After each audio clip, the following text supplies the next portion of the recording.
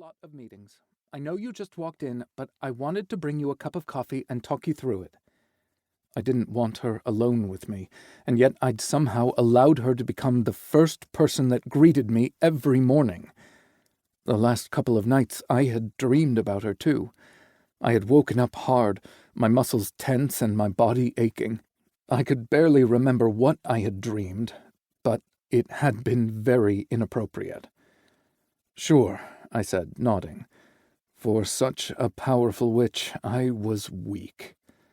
Anne nodded and came into the office, bringing the cup of coffee with her. She handed it to me, her fingers brushing over mine as I took it. Fuck, this was inappropriate. I bit back a groan and gave her a bland smile, sitting down in my chair with a sigh.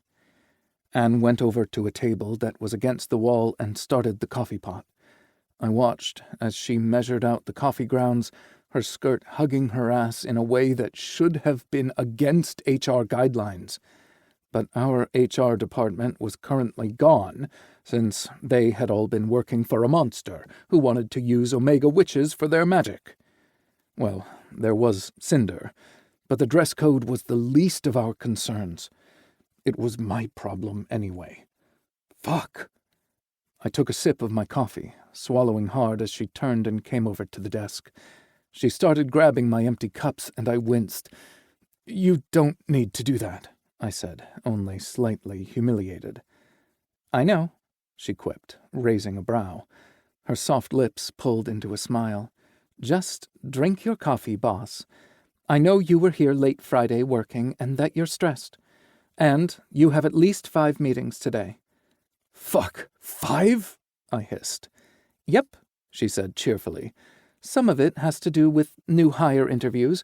Sylvia, she applied to work here, and Inferna approved her, so now she just has to be interviewed by you." I frowned. Inferna should have waited to interview her with me. "Inferna is out today," Anne said, "and you were busy Friday. I can sit in on the interview with you if you'd like." I nodded. "That should work. Thank you.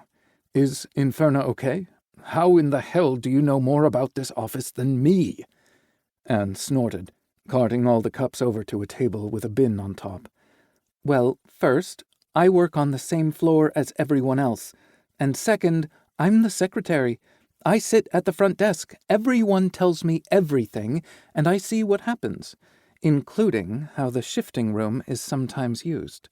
I raised a brow but didn't say anything. I did know what happened in the office in that context and didn't care. "Plus, she texted me this morning. Oh, and Art and Kaylin came in alone, both looking mildly frazzled without her." I fought a snort. The 3 of them complimented each other, and that made me want to throw up. I was happy about all of the matings that had happened in the office, but I was also jealous. Did I want that? Yes, but I would never get that. I had been around for a long time and had never met anyone who was my mate. I would know, too.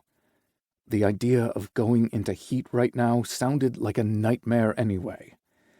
"So, the first meeting is an interview?" I asked, my eyes never leaving her. "Yes," she said, coming back to my desk and taking a seat in the chair across from me. "Second and third are meetings with some of the team leads. Art is here today, so he'll be here for that, as well as Cinder."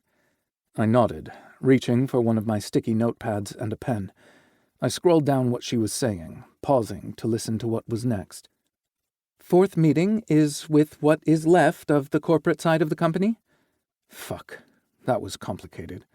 They weren't entirely aware of what was happening here, and I wanted to keep it that way. They did know that Alfred was not doing well. What I wanted to say in my many emails to them was that the fucker was dead, but that was hardly professional. "Fuck," I sighed. "That'll be interesting. I mean, it's my company." "It is," Anne said, shrugging. "It'll be fine. And the last meeting is payroll, you and me." "Oh," I said, writing that down. "What's with payroll?" "Raises," Anne said. "Ah," I said, chuckling. "Yes, it's the least we can do." "Oh, and tomorrow."